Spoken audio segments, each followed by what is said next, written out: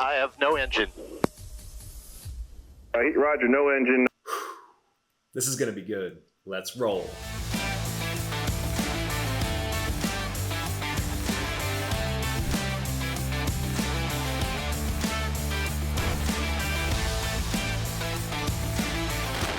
Hey BJ Clean Team, it's Ryan. Welcome to the channel. On this video, we're gonna break down a student pilot who loses their engine and stay to the very end to see what happens throughout this. And I'll give my breakdown based on my experience of being a former F-15E combat fighter pilot, F-16 Thunderbird demonstration pilot, and current commercial pilot who's flown both Boeing and Airbus aircraft. This is gonna be a good one. And before we get going, if you would, just dominate that like button for me and, maybe kick it around, think about it, marinate on it, maybe even subscribe. And to those of you who have already subscribed, you're helping me grow this channel like crazy, and I greatly appreciate it. With that said, let's dive in. Concord Tower, Cessna 117 Tango Sierra, about 9 miles to the southeast, requesting full stop, have hotel.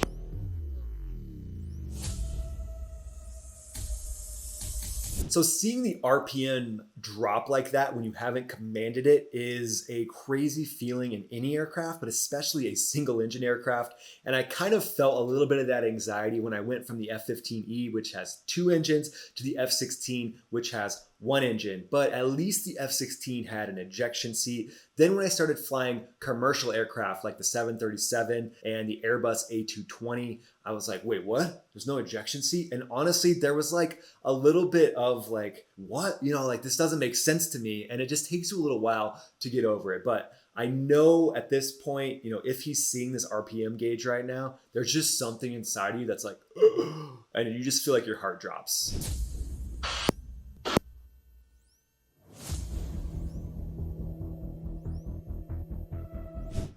Okay, so he felt the loss of thrust there because he pitches up, and that's kind of a natural reaction when you feel a loss of thrust. You kind of pull up because you feel yourself maybe sinking or slowing down a little bit like you would be in a car. Sometimes when I do that in a car, and maybe if someone else is braking and I'm not doing it, I'll kind of look to the sides just to see what's happening to my car in relation to the outside surroundings.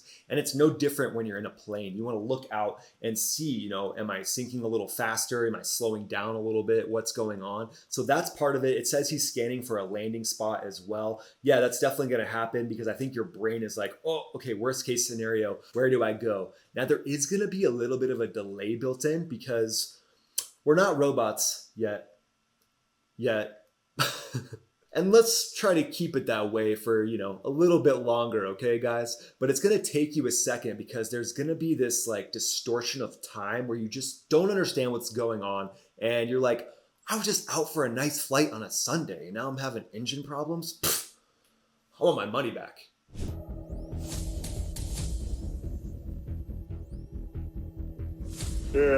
Cessna. Right down.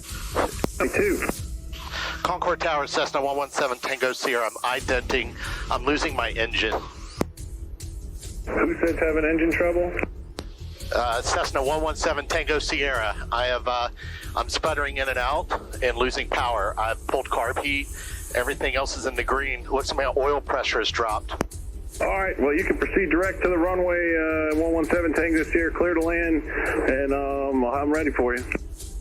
Okay, it's coming back and I'm losing it, and I'm over a residential area. I don't have a lot of places here. I have pitched for altitude. Okay, so he says he pitched for altitude, but something that I want to tell you about is a story when I was flying in a 182. I was flying out around the mountains in Colorado, and my instructor at the time was this awesome B1 pilot who was taking a break from the B1 coming back to teach some students. The guy was huge too. He kind of reminded me of the Jolly Green Giant. But something that we did that day was we did practice engine out landings. And so we would do something just like this, but then, at about 100 feet or so, we would just put the power back in and do it again. And something that he said was, Ryan, no matter what happens in this plane or any other plane, always pitch for your best glide speed and don't get slow, no matter what. And the reason why he said that is because if you get slow and stall, then nothing else really matters. Because let's say you get slow and stall at 100 feet, you're just going to fall like a rock and you're not really going to have a chance of surviving that. So that was cool advice. And he's saying he's pitching for altitude here, but hopefully he's getting to his best glide speed because that's what's really going to be working for him. Okay, roger that.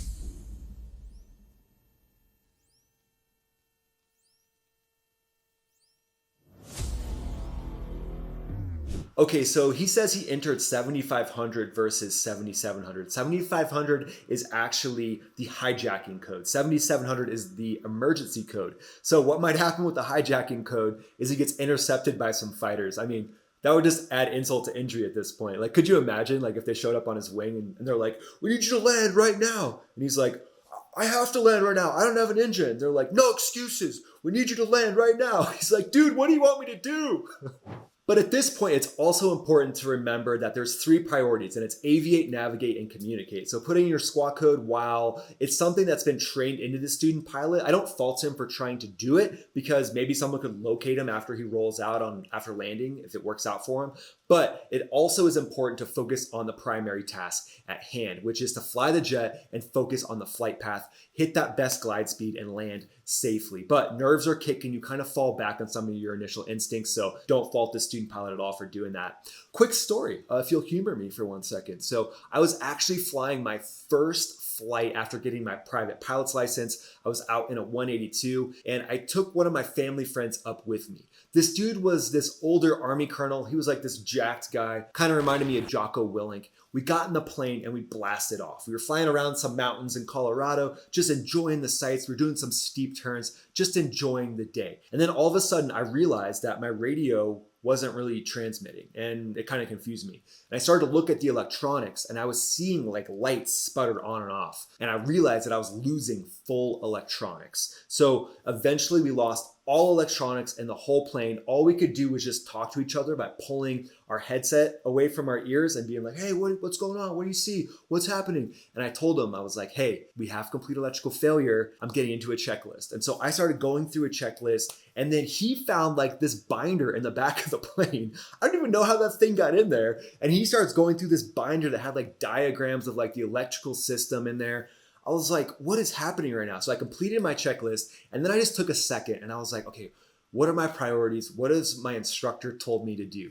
Aviate, navigate, communicate. And I was like, I'm not really aviating too well right now. I'm just like kind of hanging out over here. I could be making my way back closer to base. What's actually going on? No one's really in charge. So I just said, stop. I closed my checklist and I looked at that Army colonel and I said, "Sir, I'm going to fly this plane now and land safely. Are you good with that?"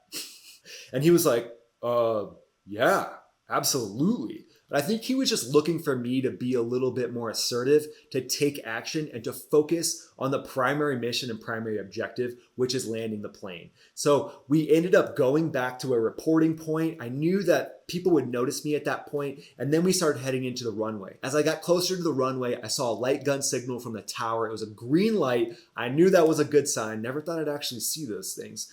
Ended up landing. We rolled out, high-fived each other, and handled that emergency really well. But it's only because I fell back on that initial training. Now, this pilot's doing a great job right now because I can tell he's actually looking around and assessing his scenario. And the fact that, he's entering these codes and stuff like that, it's easy to second guess, but his instincts are kicking in. And overall, I think he's doing the right thing right now because I can see his head kind of looking outside, focusing on his flight path. So let's see how it goes. Good luck, brother.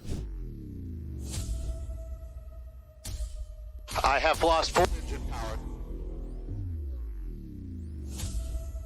I have no engine. Roger, no engine. We got guys coming to you. I got Charlotte notified, and they're coming to you. 117 Tango Sierra. Roger. I'm looking for a field here. I'm going to try to drop in. Roger that.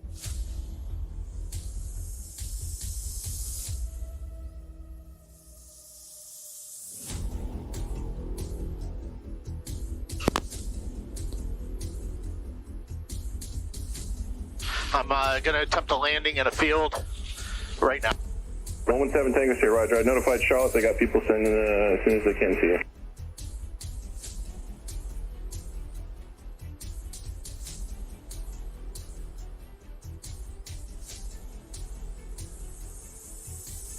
Wow, he makes like a flawless landing. That's incredible. Really well done. I'm really proud of this student pilot for doing that. The one little critique that I would throw his way is when he does touch down, he's still got some backstick pressure on the yoke. The yoke is that thing that he's holding back, and that's what controls the elevators and the ailerons. If you let that thing go full forward at this point, it's going to put a lot of pressure on the nose wheel, and if you hit some sort of hole in that field, that jet is going to tumble over every time, and it's not going to end up well. So keeping backstick pressure on that is going to be huge. And something that I learned throughout my time as an aviator is never stop flying the plane. So once you touch down, it's not over. It's kind of just begun for your landing. You have to keep flying it all the way until you're at like 5 knots or so. If you don't do that, there's a chance, a wind gust hits, it makes you smack a wing. I mean, that was the case in the F-16 as well. If you didn't continue to fly that thing, even for a long time after touchdown, you were potentially going to smack a wing because a wind gust happens or whatever. So you have to continue to do that. So I think he's doing a great job though overall. He is holding some backstick on that yoke, but I would say a little bit more just to kind of keep things from rolling forward. But wow, so far so good. Let's hope it continues. I have touchdown.